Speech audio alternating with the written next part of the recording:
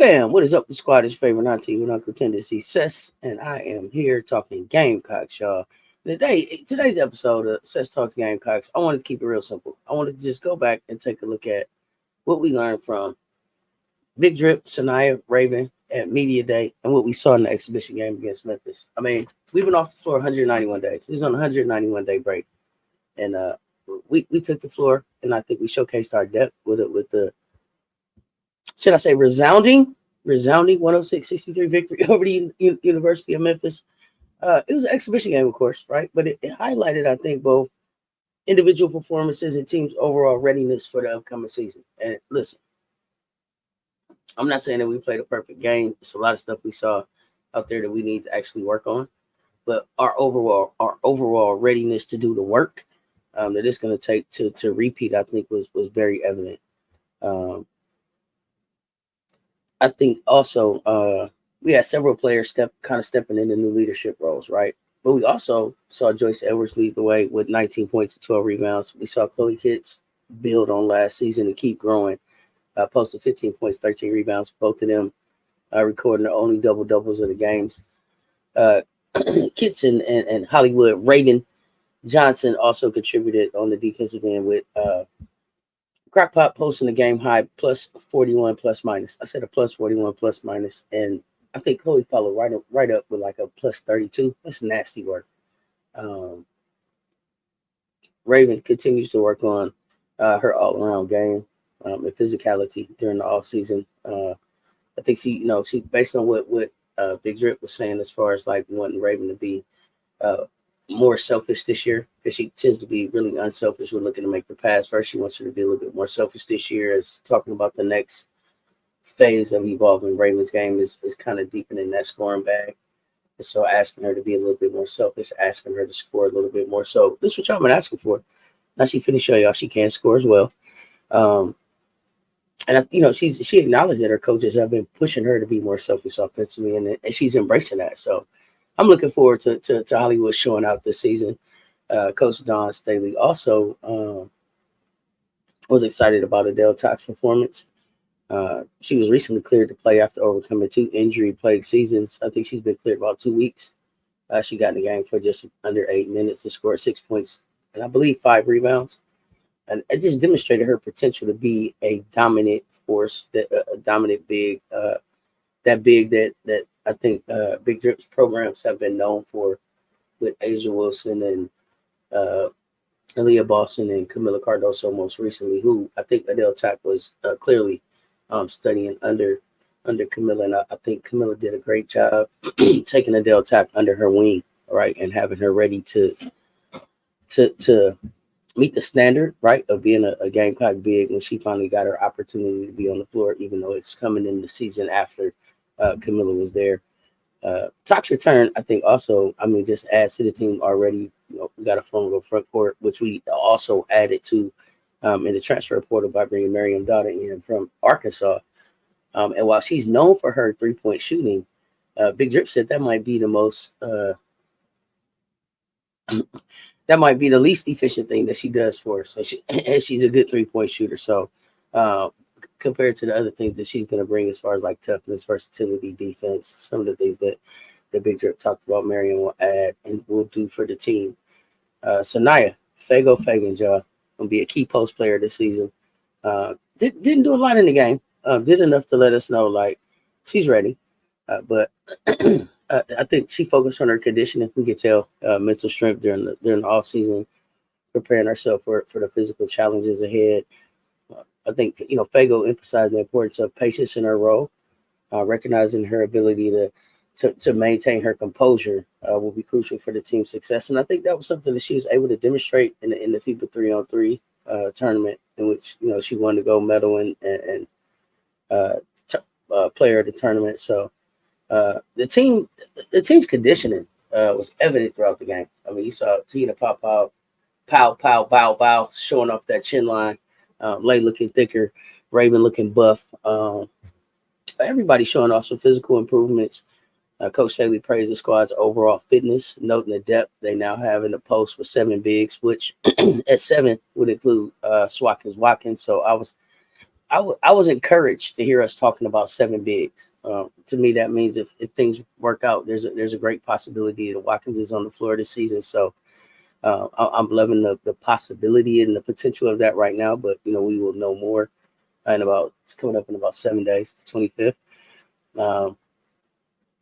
We coming into the season with big goals. Undefeated season could be within reach if we maintain focus.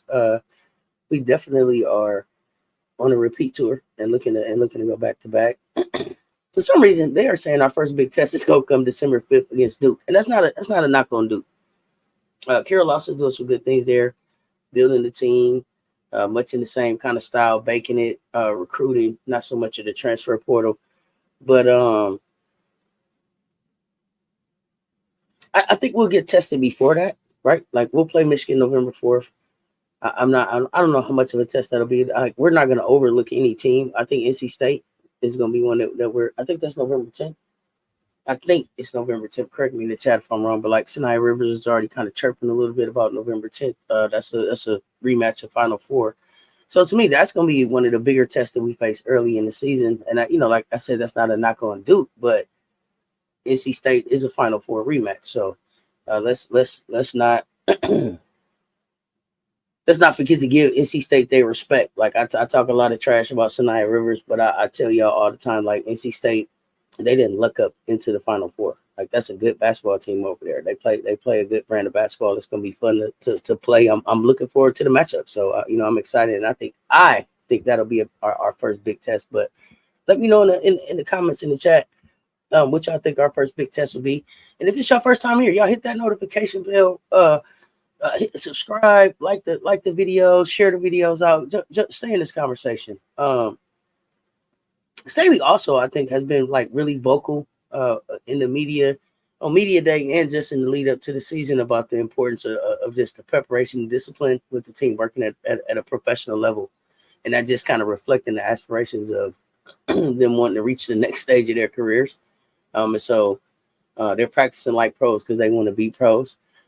She took a moment during media day to kind of highlight the current state of women's basketball as well, celebrating this growth and the popularity, and acknowledge the influence of young stars like Juju Watkins and Hannah Hidalgo and of course my lady for Wiley, Joyce Edwards, and address some of the ongoing issues we've seen of racism in the sport, and just kind of she always does everything with such class. This is why we love Big Drip.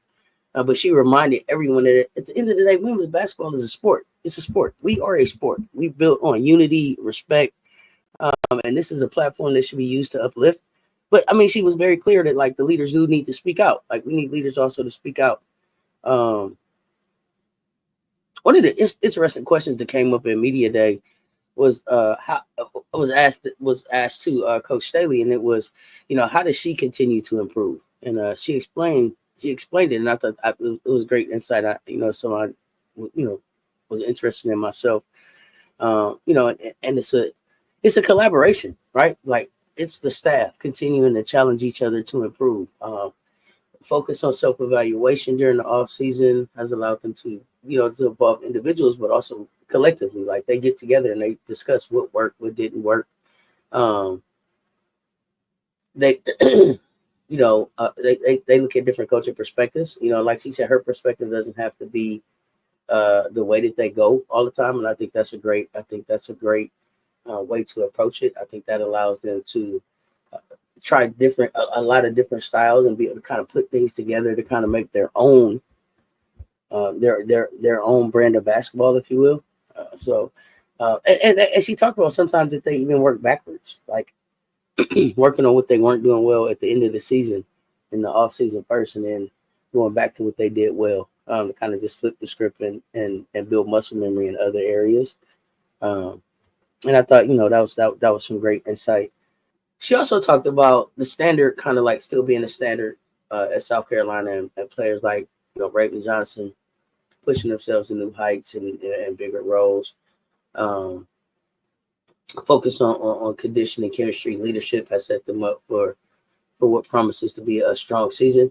I think driven by a talented and determined roster, of course. she talked about how last year's daycare challenged her to grow as a coach. Like she had to move away from some of her what she called like old school coaching styles and kind of let them be them and let the silliness and the laid backness and some of those things that define this new group kind of just be and recognize that is not going to be a reflection of what's going to take place on the floor, because just as laid back as they are, they're just as competitive. So you got to lock that seatbelt up and be ready for the ride with this group. They're respectful, competitive, self-aware, and self-correcting. I thought that was some great insight about this group and how the coaches don't necessarily have to get involved. How they'll take care of things within themselves and they work things out and figure things out within themselves. And she gave an example of, when the team gets dressed to go out, usually, especially in the old school kind of style, would all look the same. And they might all come out in this, 1 through 12 look the same, 13 looks different. And it's like, do you pick the fight then? No. But you also follow up to find out that, well, this person's sweatsuit in that color or whatever was dirty. And it was just, I think, a great a great way to illustrate, like, the culture is self-correcting and competitive, and the team embodies that even when they're away from the court and they're away from the coaches. And I just think that this group as a collective is very accountable, responsible, and responsive. And that is going to allow them to be successful.